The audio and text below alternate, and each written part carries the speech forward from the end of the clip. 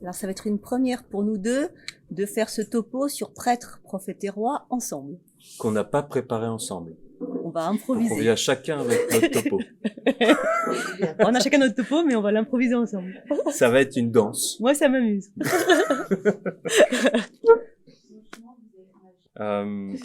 Voilà. Prêtre, prophète et roi. Tu veux commencer?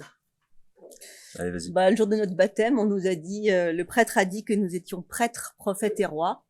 Et qu'est-ce que ça peut vouloir dire dans notre vie d'aujourd'hui? Voilà, tout simplement. Par le baptême, on commence par la même chose, c'est intéressant. Les 3 mots que nous avons entendus le jour de notre baptême. Je vous lis toute la section parce que c'est important à mon avis de bien s'en souvenir. Par le baptême, le Dieu Tout-Puissant, Père de notre Seigneur Jésus-Christ, t'a libéré du péché et t'a fait renaître de l'eau et de l'esprit. Toi qui fais maintenant partie de son peuple, il te marque de l'huile sainte, c'est l'onction royale, pour que tu demeures éternellement membre de Jésus-Christ, prêtre, prophète et roi. Éternellement quoi? Membre de Jésus-Christ. Magnifique. Et en fait, le magistère de l'Église, Vatican II, il y a aucune nouveauté, mais c'est à expliciter ce fait-là qu'on était prêtre, prophète et roi. Et là, institutionnalisé comme tel, de manière beaucoup plus explicite qu'auparavant. C'est pour ça qu'il y a eu des réformes liturgiques avec des orientations, des changements, parce qu'en fait, on est aussi prêtre, et c'est pour ça que c'est une table de communion. Donc, il y a eu des excès, mais la logique, c'était ça, c'est qu'on est tous, en tant que laïcs, des prêtres, prophètes et rois, avec une expression particulière de la vocation sacerdotale et puis de la vocation de laïque, évidemment. Il n'y a pas de mélange pour autant. C'est peut-être là qu'il y a eu pas mal de petites confusions. Mais voilà, c'est notre baptême qui nous rend prêtres, prophètes et rois. Et j'ai envie de dire que on n'a pas d'autre mérite pour être prêtre, prophète et roi que d'être baptisé. Et c'est toute la dignité que nous donne notre baptême. Donc à partir du moment où on est baptisé, on ne peut plus ne pas se considérer comme tel. Et donc, fille des doutes, moi non, je suis trop nulle pour ça. Ouais. Me tenir comme une reine, non. Enfin, voilà. Je suis pas au niveau, je le mérite pas. Non. Vous savez, toutes ces petites paroles là. C'est les mérites de Jésus. Voilà. C'est les mérites de Jésus. C'est un cadeau en fait. C'est un cadeau de son amour. Il nous rend dignes de sa propre dignité. C'est un cadeau monumental qu'il nous fait. À nous de le recevoir, de l'accueillir, d'y consentir. Et c'est pas facile. Prêtre. Alors, ça m'amuse de commencer parce que prêtre pour la femme, ça paraît compliqué à comprendre. Ouais. La femme aussi, un sacerdoce. La femme sacerdotale. Qu'est-ce que c'est qu'un prêtre? C'est le médiateur entre la terre et le ciel. Voilà. Et ça, c'est une vocation très profonde qu'on a, nous, l'être humain. Je vais même jusqu'à dire même avant le baptême. Enfin, moi, j'y tiens à ça. La nature est bonne, c'est Dieu qui l'a faite. Et le baptême l'a transcendé. Mais, voilà. Je pourrais en parler 3 heures de ça, ça me passionne. Mais bon, j'ai pas le temps. Mais voilà. Étant prêtre, on ouvre les hommes à Dieu, voilà. On est matière, mais on n'est pas comme les animaux, comme je disais. Nous, on sait sourire, on sait aimer. Voilà. On fait le lien entre le ciel et la terre. Et la terre, le ciel peut se déverser sur la terre parce qu'on est prêtre. Et puis on offre les choses au ciel aussi. Et moi, je suis absolument certaine que si on était tous bien des êtres vraiment verticaux, il y aurait moins de catastrophes naturelles. Je suis certaine que notre ouverture au ciel se déverse sur toute la terre, quoi. Voilà. Vous devez vous aussi vous laver les pieds les uns aux autres, car c'est un exemple que je vous ai donné. Ce que j'ai fait, faites-le vous aussi. En fait, la charge de prêtre pour un baptisé, ça consiste à offrir un sacrifice agréable à Dieu. Et c'est pour nous laïcs par le truchement du service. Hein, en rendant sacré le monde profane. En fait, on participe à la sacralisation du monde.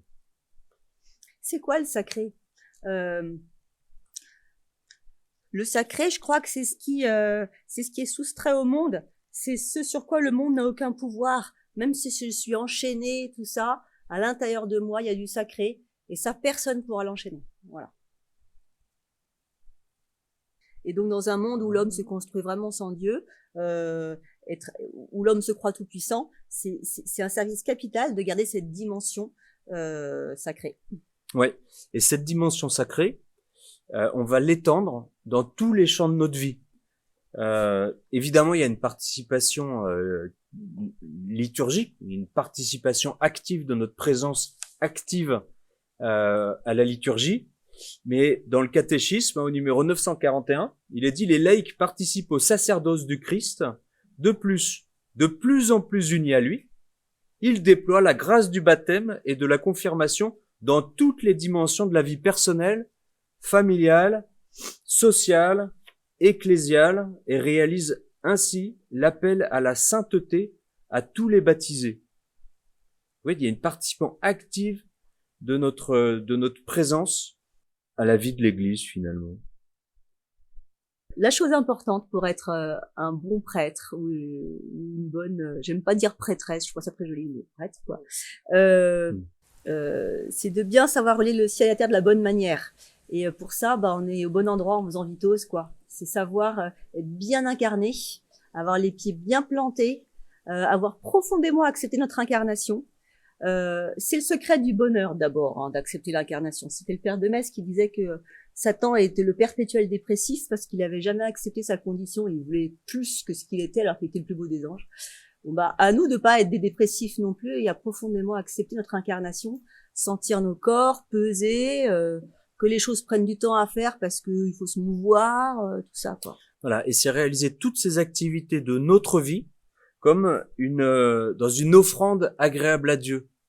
Vous voyez, la perspective d'aller acheter son pain ou d'aller travailler, de s'occuper de, je sais pas, de ses parents qui sont malades, de ses enfants, enfin whatever.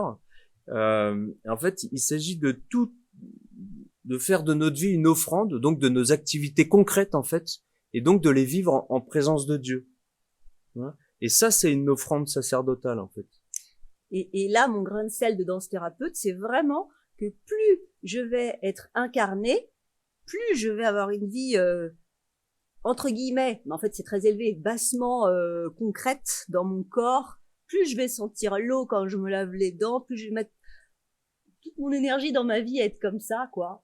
Quand je suis avec mes enfants, je vais pas penser à ce que je fais après, je vais laisser mes yeux voir la couleur de leur peau, je vais être là, quoi. Voilà, entre guillemets bêtement. Mais en fait, les gens qui font beaucoup ça, c'est ceux-là qui sont souvent les plus grands mystiques. Ouais. Voilà. Et en fait, c'est pour poursuivre ce que tu dis, c'est effectivement cette offrande agréable à Dieu, elle ne peut être réalisée que si je suis présent à ce que je fais. Si je vis ma vie comme une machine, en fait, je peux pas offrir ma vie puisque je suis même pas présent à ce que je fais vis-à-vis de moi-même. Donc, comment je pourrais être présent à la présence de Dieu dans ce que je fais ou offrir ce que je fais à Dieu si je suis pas là où je suis, en fait. Donc, il y a cette dimension de la présence et de l'attention, qui sont essentielles pour devenir véritablement des prêtres, selon le cœur de Dieu. On le sent quand on fait Vitos comme Bertrand nous l'a fait. Le silence se fait et il y a de l'espace qui se fait en nous. Et Dieu peut venir s'engouffrer. L'esprit de Jésus peut venir en nous, quoi. C'est pour ça que j'aime tant le silence, moi. Voilà, il y a une apparition qui a été validée, les fruits de l'apparition validés ce mois-ci en Slovaquie. Et Marie, son message là-bas, c'était entre autres et beaucoup qu'elle réclamait le silence parce que c'est ainsi que l'esprit de Jésus peut reprendre sa place en nous, s'installer en nous. Bon, si on veut être un prêtre, il faut être quelqu'un en qui le Seigneur s'installe pour se répandre autour de nous, quoi. Et puis plus ça va, plus je crois que ça se répand même très très loin de nous dans ces cas-là. et, euh, et voilà. Mais donc en étant Ouais. bien là, pour qu'il y ait du silence intérieur, Ouais. l'espace, Ouais. faire capacité. Et pour poursuivre la compréhension de l'offrande dans notre vie, normale, j'ai envie de dire, en fait, c'est le même parallèle que ce qu'on peut faire avec la liturgie et l'Eucharistie, qui est une offrande au Père, hein, où là c'est le prêtre qui consacre le Saint-Sacrement. Et en fait, on peut vivre notre vie de la même manière dans une offrande au Père. En ça, on est complètement prêtre en fait. Alors on n'a pas le pouvoir lié à l'ordination du sacrement, mais on a ce pouvoir d'offrande de nos propres vies, hein, et de nos joies, de nos peines, des choses simples, des choses compliquées. En fait, tout est matière à offrande. Et ainsi, je pense que c'est notre chemin de sainteté, c'est notre chemin d'union à Dieu, il me semble, pour vivre avec lui au quotidien, en ayant une bonne raison d'être avec lui, en lui offrant tout ce qu'on vit, quoi, simplement. Et ainsi, on le fait rentrer dans notre vie, vous voyez.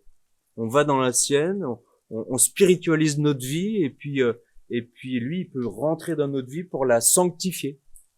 Et, ça peut être très concret, hein. Il y a beaucoup de femmes qui sont pas mauvaises là-dedans, savoir cuisiner des plats qui ont un rapport avec les fêtes liturgiques, pourquoi pas s'habiller dans les couleurs des fêtes liturgiques. Moi, plus j'ai demandé à Marie de me donner des bonnes idées pour m'habiller, plus je me suis rendu compte sans faire exprès que souvent je mettais la couleur de la fête liturgique. Ça se fait tout seul. C'est très beau ça. Voilà, de rendre Dieu très présent dans le quotidien. Et puis voilà. Je dirais. Ouais. On va passer peut-être à la dimension d'après. En fait. Voilà, c'est reconnaître il y a plus grand que nous et ça nous rend pour pas être tout puissant, quoi. Qu'il y a que Dieu et voilà. Le prophète, celui qui révèle Dieu par la parole. Oui, c'est voilà. Pas celui qui annonce l'avenir. C'est pas ça, hein, d'être prophète. Hein. C'est celui qui annonce la parole, qui annonce cette bonne nouvelle. En fait, c'est le chrétien qui témoigne. Ça, c'est un prophète, un chrétien qui témoigne dans sa vie personnelle, au sein de sa famille, au sein de son environnement professionnel, etc. En fait, il est prophète. Mais aussi souvent un don pour interpréter les signes de Dieu et la force et le courage pour dire il y avait Dieu là, il était là. Voilà, voir plus profondément que l'apparence immédiate. Voilà, avec justesse. Ça permet d'être purifié, faut faire attention. Ouais. Alors oui, on dit que Jésus est le prophète par excellence. Voilà, et quand lui, il présente le Père. En fait, il annonce le Père, il annonce cette bonne nouvelle qu'on est sauvé, qu'on est miséricordié, qu'on est aimé, qu'on est des fils et des filles. Et voilà, et c'est ça qui vient nous dire Jésus. Et aujourd'hui, en fait, il compte sur notre relais, notre parole, pour prolonger son ministère sur la terre.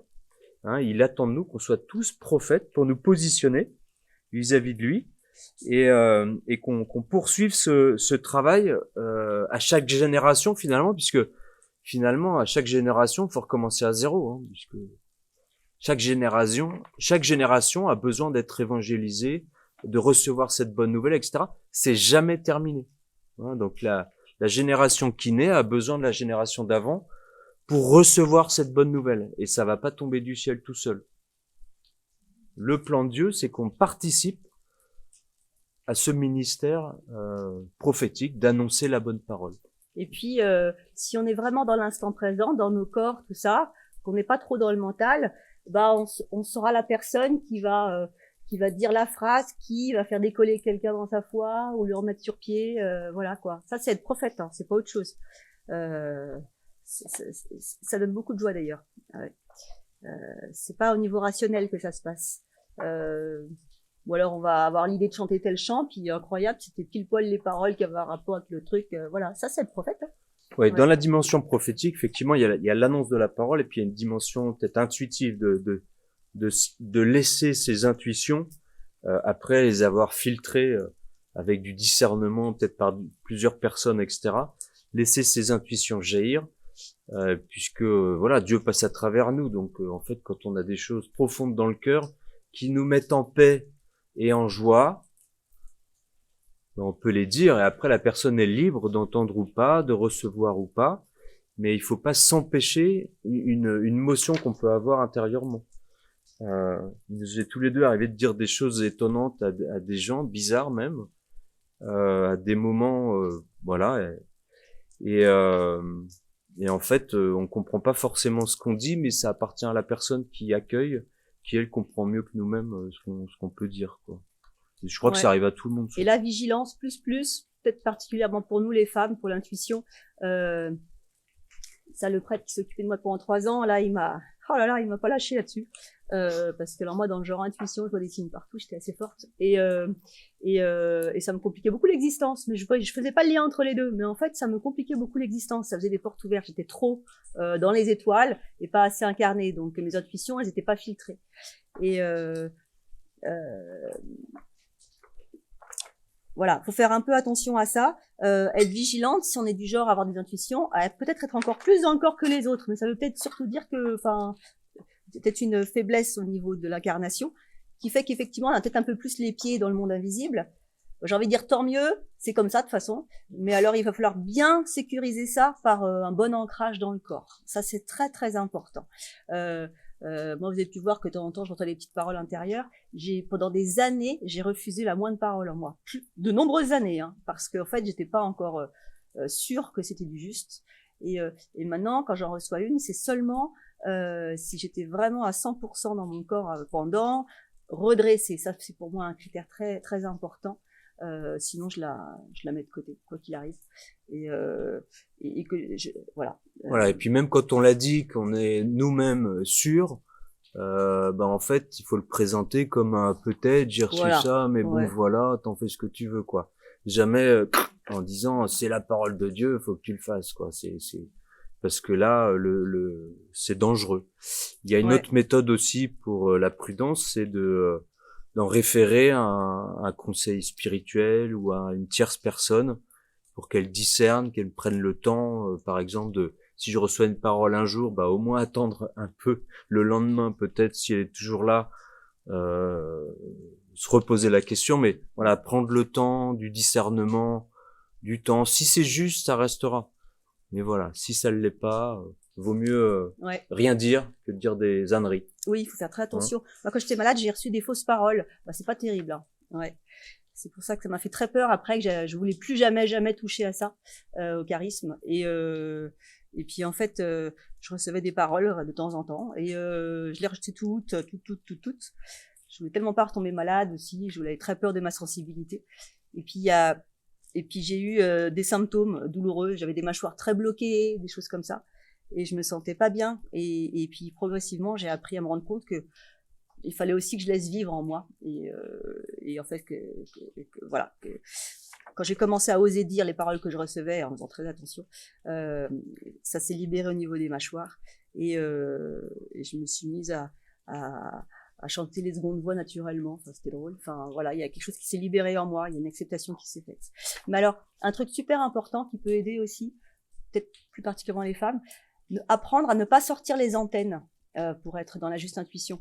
Ça parlera pas à beaucoup d'entre vous, je pense, mais certaines sûrement que si. Les antennes, c'est pas bon. Si je vais louer un nouvel appart et que je vais le visiter en sortant mes antennes pour sentir s'il a des bonnes vibrations ou pas, ça c'est pas bon du tout. Hein. Voilà, ça c'est même dangereux. En fait, quand je me mets en mode antenne, je me mets en mode sentir le monde invisible, sentir les mauvais esprits, et du coup j'ouvre des portes en moi, je me rends gruyère en fait. Je suis pas censée sentir ça. Je suis très protégée dans mon corps et dans le monde matériel. Quand j'ouvre ces antennes, je développe une sensibilité qu'on peut aller jusqu'à appeler médiumnité en fait, et c'est pas très bon ça.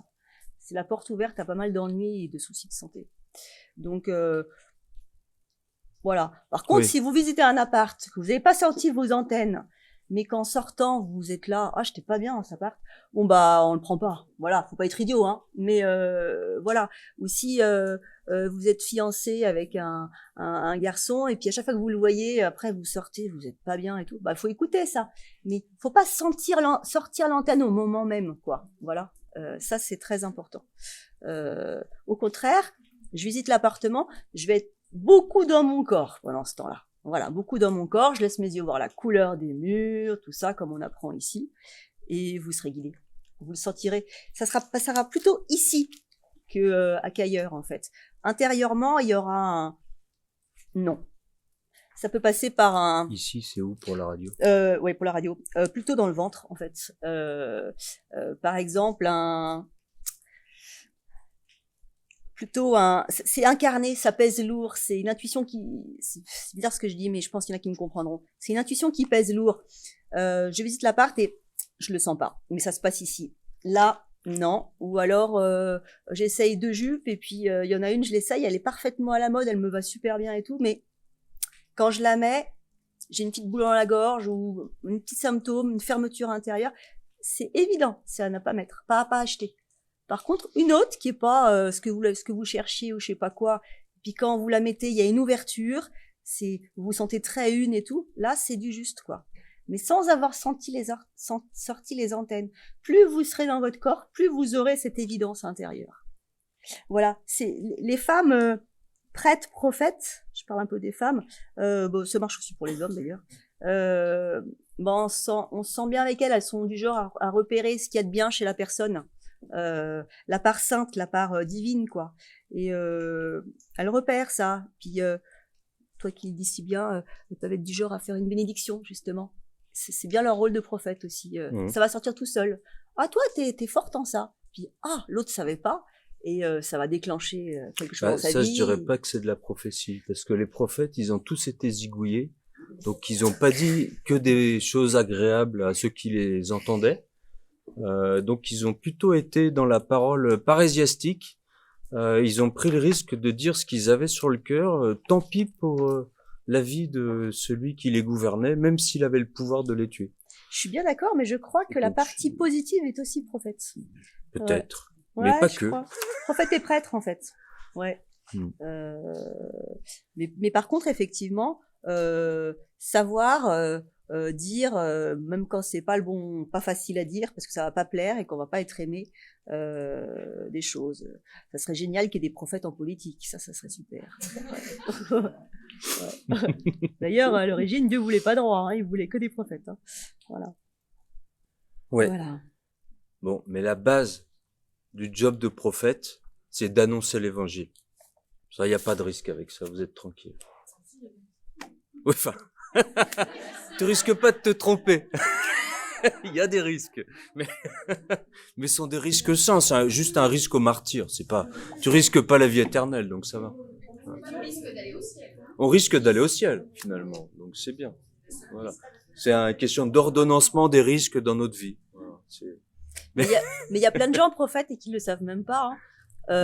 Régulièrement, nous on en croise des gens qui vont dire la petite phrase pile au bon moment à la bonne personne. On en voit dans des camps cœur des hommes ou des choses comme ça. Ils ont pas fait exprès, mais ça va être une pépite dans la vie de l'autre. Ouais. Enfin, ouais. Ça arrive pile au bon moment.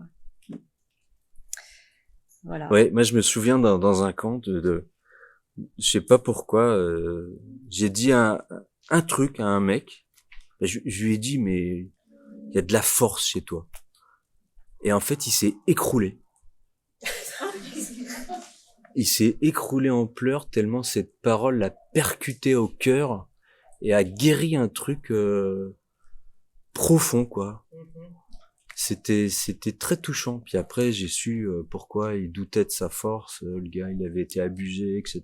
Donc en fait, il était en vrac. Et intérieurement, parce que ça se voyait pas de l'extérieur. Et cette parole-là, je sais pas pourquoi je lui ai sorti ça.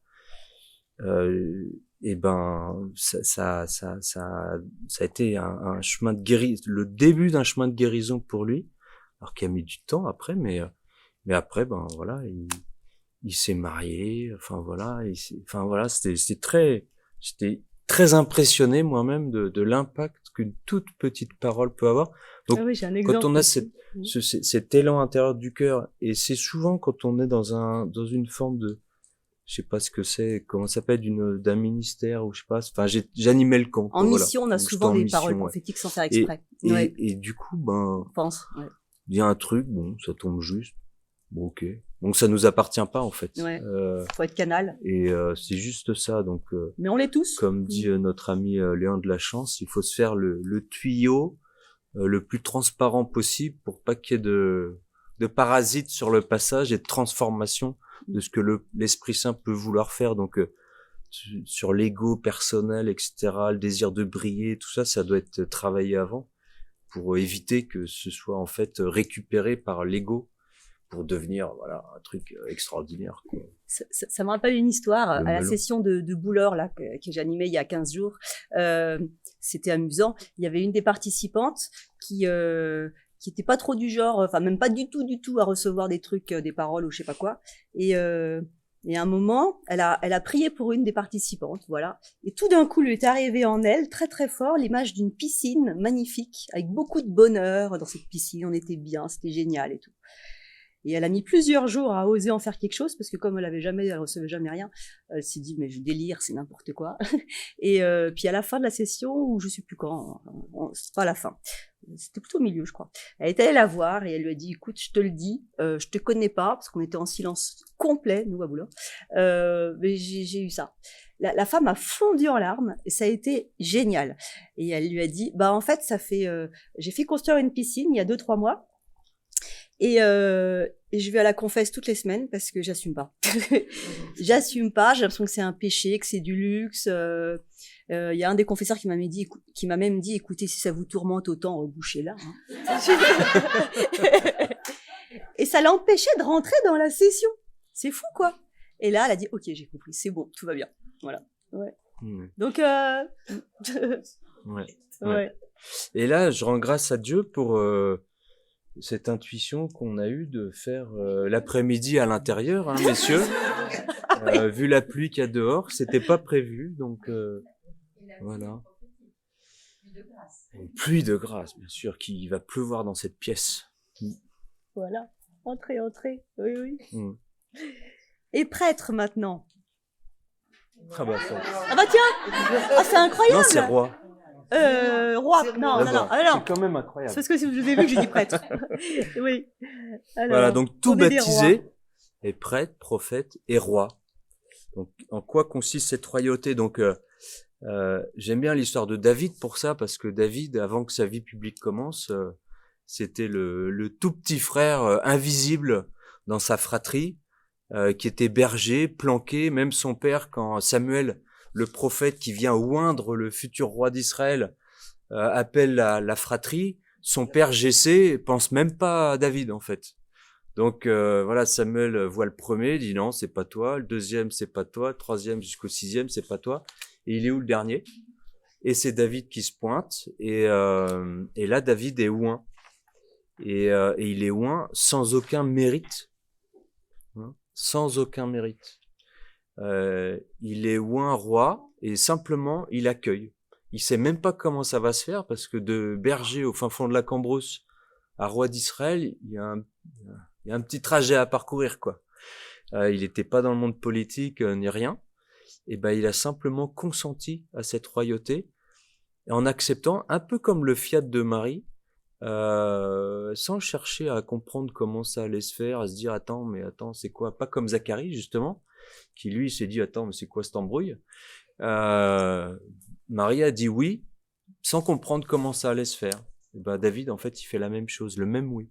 Et on a tous ce même oui à faire en fait, par rapport à notre dignité royale.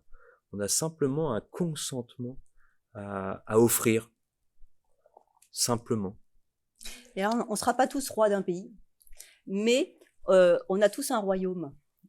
On est tous appelés à être rois et reines d'un royaume que le Seigneur nous a préparé, qui est, je trouve ça génial, moi, ça me passionne, qui est pile poil le royaume de nos rêves.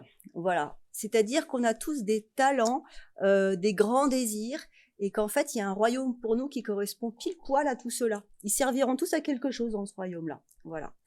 Moi, ça m'a beaucoup aidé quand on m'expliquait ça. Et ça correspond à notre appel profond. Et vous voyez, la royauté, c'est pas forcément un truc avec des couronnes, des bijoux, des joyaux, de la richesse, de la moquette épaisse et des palais. Jésus lui-même dit que son royaume n'est pas de ce monde. Même ses plus proches amis, ses apôtres les plus proches, ils ont eu du mal à comprendre de quelle royauté il s'agissait. Ils disaient, mais attends, on va aller taper les Romains, on va prendre le pouvoir. Voilà.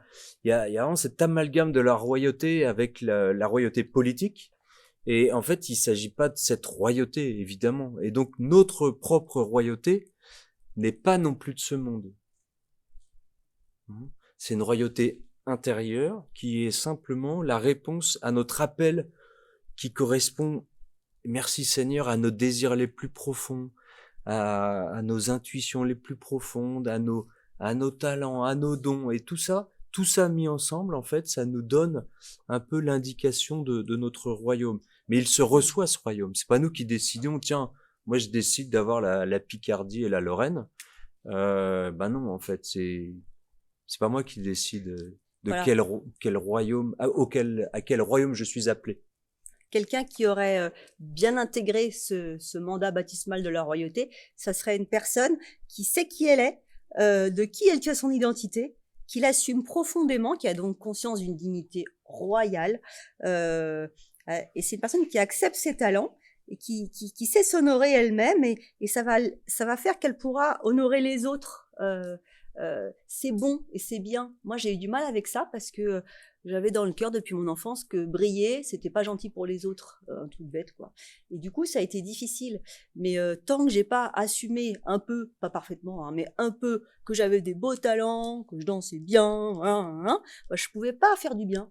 Donc c'était grave, quoi. Donc il faut les assumer, c'est pas mal, c'est pas de l'orgueil, c'est ce qui jaillit de nous, c'est notre royaume. Voilà, et c'est par là qu'on fera du bien aux autres. Et si on assume ça, eh bien, sans en faire du narcissisme, on pourra honorer les autres. Et voilà. C'est là que ça rejoint la bénédiction plutôt. C'est que le lieu de notre royaume, c'est là où on a nos dons, les qualités qui nous ont été données, imméritées, et qui sont simplement à utiliser, à faire grandir, à déployer comme un cadeau qu'on rend au monde. Mais notre royauté, c'est comme celle de Jésus, a été très discrète en fait. Il s'est pas présenté Walou, c'est moi le roi du monde. Il était très discret sur son royaume. Nous aussi, on peut être roi en étant très discret sur notre royaume, en ayant une conscience de toute façon assez partielle, parce qu'on n'a pas la science infuse de quel est ce royaume, mais en étant attentif à ce qui nous est offert dans notre vie, à nos dons, à nos désirs profonds, parce que ça se passe quelque part par là en fait. C'est notre appel, il se passe quelque part par là. Je sais plus à qui je l'ai dit déjà, je sais pas si je l'ai dit, mais on n'est pas appelé à être malheureux sur la terre. Donc en fait, Dieu nous appelle à notre endroit où on est profondément heureux. Donc si vous allez vers quelque chose où vous n'avez pas envie d'aller, juste n'y allez pas, quoi. C'est pas votre royaume, point, c'est tout. Puis ça se juge pas, c'est celui d'un autre de toute façon. Donc n'occupez pas le royaume de quelqu'un d'autre, ça a même pas de sens. Pas de rivalité, rien à voir. Mais la nature a horreur du vide. Donc si vous n'occupez pas votre royaume, quelqu'un va occuper le territoire. Oui, mais il vous remplacera pas. Mais ça sera moins bien. Parce que vous avez un rôle irremplaçable. Il y a que vous qui pouvez le faire. Voilà. Absolument. Ouais. Même si je crois que Victoire elle a envie de faire de la danse aussi, elle fera rien à voir avec moi, c'est sûr. Hein. Voilà, ça sera Jésus à travers Victoire. Voilà, ça sera merveilleux, mais ça sera pas comme moi, c'est obligé. Et c'est ça qui sera merveilleux dans son royaume à elle. Voilà. Et un moyen pour discerner son royaume, c'est de servir, c'est de s'engager en fait à servir. C'est à s'engager au service, dans le don, puisque la royauté c'est d'abord un service. C'est pas une royauté de domination comme la royauté du monde. C'est une royauté de don, de service. On a commencé avec le lavement des pieds de Jésus. C'est lui qui nous montre le chemin de sa royauté. et ben c'est vrai que ça nous déstabilise dans l'idée qu'on a de la royauté, qui est voilà, pleine d'apparat, etc. Lui, c'est un Dieu roi humble, doux, miséricordieux, mais profondément vrai, donc potentiellement assez dur. Hein, on l'a vu avec les pharisiens. Il est pas tendre non plus, donc il a imposé la vérité en dénonçant le mal, pas les personnes, sur la distinction entre le fait de briser le mal et puis et pas briser les personnes quand on corrige quelqu'un, par exemple. On corrige pas la personne, mais le mal qui est en elle. Et en fait, ce service, il va se déployer dans nos engagements, en fait, aux endroits où en fait, on se donne. Donc, à chacun de se poser la question où est-ce que je donne, où est-ce que je rends service gratuitement, et puis là, un endroit où je suis bien, en fait. Hein. Moi, j'ai commencé au Cœur des Hommes. À servir là. Tu t'épanouissais. Parce que voilà, ouais. je sentais qu'il y avait une cause qui me dépassait, qu'il y avait besoin de servir cette cause, et j'y ai sauté avec à pieds joints. Un petit truc rigolo. Et j'ai appris à nager après avoir sauté, quoi. Donc en fait, il s'agit pas non plus d'attendre d'être complètement prêt, d'être au point, super formé, super ci, super ça, parce que ça, on peut attendre notre mort et ça sera toujours pas le cas. Donc on apprend en étant engagé, en se mettant au service. C'est là qu'on apprend. Et en plus, on peut aussi avoir cette tentation d'attendre la cause parfaite. Il n'y a pas de cause parfaite. Elles sont toutes à améliorer. Mais on peut les améliorer que en étant engagé de l'intérieur. Sinon, en fait, on est dans le jugement et la critique. C'est facile, je suis pas mouillé. C'est les autres, c'est pas moi. Et petite histoire, j'espère que ça ne chiffonnera pas, mais je pense si, que ça m'amusera. Attention, il y a un autre critère aussi qui peut nous aider à discerner un peu qui on est et quel est notre royaume, c'est essayer de se rappeler ce qui nous faisait vibrer à 10 ans. À 10 ans, il paraît que c'est un âge où on est vers la fin de l'enfance, on n'est pas encore à l'adolescence et on a vraiment des grands désirs qui sont très présents en général. Et c'est amusant. Moi, personnellement, je dansais tout le temps, je voulais être danseuse, mais après, j'ai tout laissé tomber. Et j'ai demandé à tes parents un jour, et Bertrand, il faisait quoi à 10 ans? Et son père a longuement réfléchi, il a dit, Bertrand, la seule chose qui l'intéressait à 10 ans, c'était le scoutisme. L'accompagnement des hommes, quoi. Mais je trouve ça mignon. Voilà. C'était vraiment ce qui te faisait vibrer, paraît-il. Ça te dérange pas? Ah, je suis hyper choqué là. C'était intime, c'est une révélation très intime. Mais par contre, j'ai eu chaud, ouais. Il y a deux comportements qui vont montrer qu'on n'a pas très bien intégré le côté royauté en nous, qu'on est au seuil, quoi, qu'on n'y est pas encore. C'est deux possibilités. Soit qu'on est du genre à prendre les gens de haut. Moi, je suis vraiment mieux que eux, je suis vraiment mieux que lui, et on rabaisse les autres. Ça montre une royauté pas du tout là, quoi. Voilà.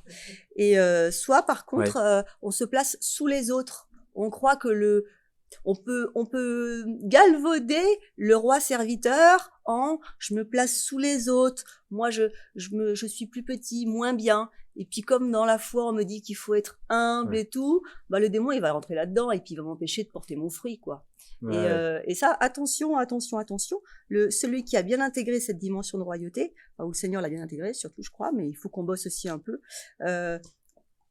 ça nous conduit à une grande dignité et à un bon respect de soi, de nos qualités et une bonne prise en charge de notre existence. On s'assume tel qu'on est. On est prêt, s'il le faut, à partir au combat pour protéger notre royaume.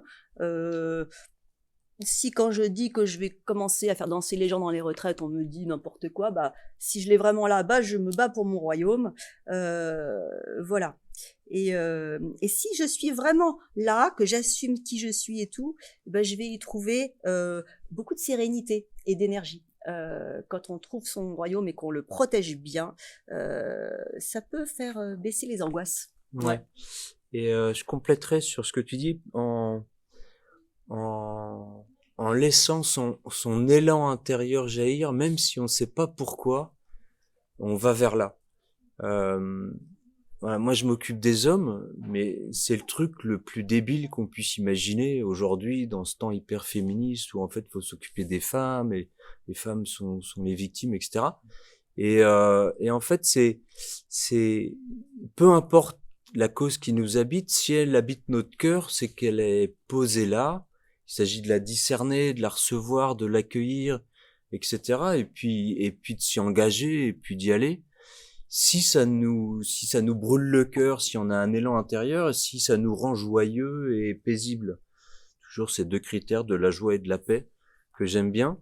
Euh, et, euh, et en fait, il y a un autre aspect, c'est de s'assurer que, mais peut-être que notre humanité, elle nous amène là parfois, qu'on choisisse pas un royaume en compensation ou en réparation d'une blessure. Mm. J'allais dire méfiance de ça. Moi, je discute avec beaucoup de féministes avec qui je suis d'accord sur quasiment tout ce qu'elles peuvent dire, parce qu'elles ont toutes été violentées ou abusées par des hommes, donc on comprend leur colère. Simplement, en fait, d'en faire une cause, c'est pas forcément juste. En fait, ça peut dépasser une vraie blessure et ça peut rendre une cause injuste. En fait, et c'est un royaume qui est pas bon là, dans l'occurrence. Donc le critère pour moi d'un royaume qui est saint, c'est un royaume qui sert et qui aime. Euh, S'il n'y a pas d'amour, si c'est dans la revanche, dans la colère, voilà, et ben juste niette quoi. Niette, ça peut pas être la volonté du Père. C'est pas possible. Non. Moi enfin voilà, j'aime bien ce critère de discernement parce que on peut être appelé à des trucs ou se sentir appelé à des trucs genre à la croisade, voilà, bah en fait si c'est pour aller tuer les autres parce que ça nous fait du bien, je suis pas sûr que ce soit une bonne cause, quoi. Voilà, donc prudence sur l'élan intérieur est-ce que c'est mu par un amour, est-ce que c'est mu par une souffrance de voir l'autre souffrir, ou est-ce que c'est mu par ma souffrance qui veut une justice, la justice humaine. Bon, Jésus en a parlé, généralement c'est assez moyen, quoi. Enfin, quand on est vraiment dans sa royauté intérieure, euh, on est à un endroit qui nous protège énormément. C'est pour ça que moi je la fais beaucoup travailler en danse thérapie, parce que plus je vais être dans ma royauté intérieure, plus je vais sentir mon corps, plus elle va émerger, hein. Si je sens mon corps, en particulier ma nuque, je ne vais pas vous expliquer pourquoi, mais je vais me sentir reine. Voilà. Si vous sentez votre nuque telle qu'elle est, naturellement, toute cette zone-là, naturellement, il y a une royauté qui arrive. Elle est déjà là. Et quand je suis là, les critiques ne vont pas me faire d'effet, ou beaucoup moins, en fait. Plus je vais être là, plus je suis protégée. Donc c'est à utiliser au bureau avec les gens bizarres ou je sais pas quoi, avec mon ado récalcitrant. Moi, quand mes enfants étaient ados, je faisais souvent attention avant de rentrer dans la chambre à bien être là, quoi. Parce que du coup, non seulement ça peut me protéger d'une petite pique d'ado, mais en plus, j'émets une toute autre image et naturellement, je suis respectée. Voilà. Il y a un truc qui passe, voilà, qui vient de la reine. Voilà.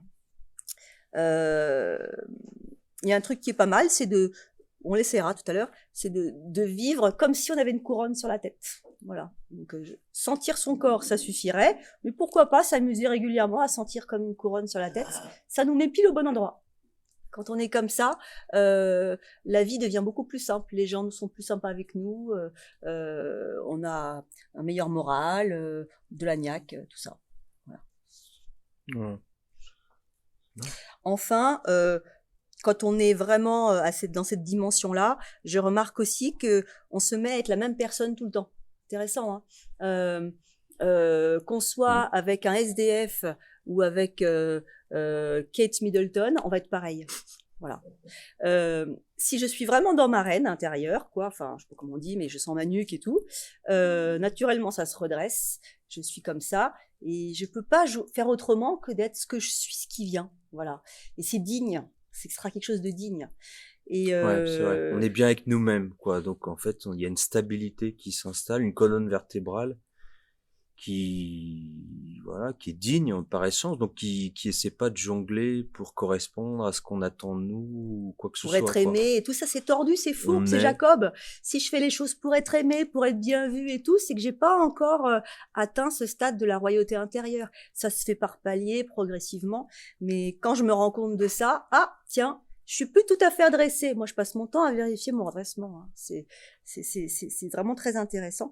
Et voilà, ça c'est les super reines, hein, comme Zita, c'était des personnes qui étaient pareilles avec la dame qui faisait le ménage et avec le roi d'un autre pays. C'est merveilleux. Moi, je me rappelle en Corse, quand on avait fait la session, c'était trop chouette de voir, je sais plus comment elle s'appelait, cette jeune fille qui était descendante de quelqu'un de la famille des Sissi impératrices.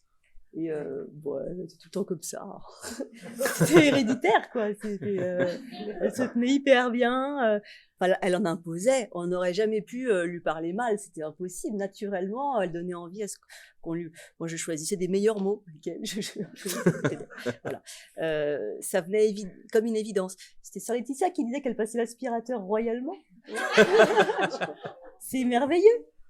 Moi, je sais que quand je dois faire quelque chose qui va être un peu dur pour moi, je peux pas trop passer l'aspirateur à cause de mon dos. Mais s'il faut absolument que je le fasse et que je passe un coup de balai, je sais que c'est un lieu où il faut que je sois vigilante, ben j'installe la reine.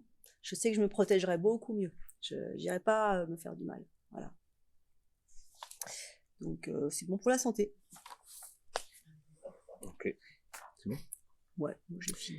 Et donc, comment être roi dans ma vie? Bon, bah, Ariane vous a donné quelques exemples. Et puis, l'Église nous propose de servir tout homme, en fait, hein, d'aller dans le service pour être roi à l'image du Christ.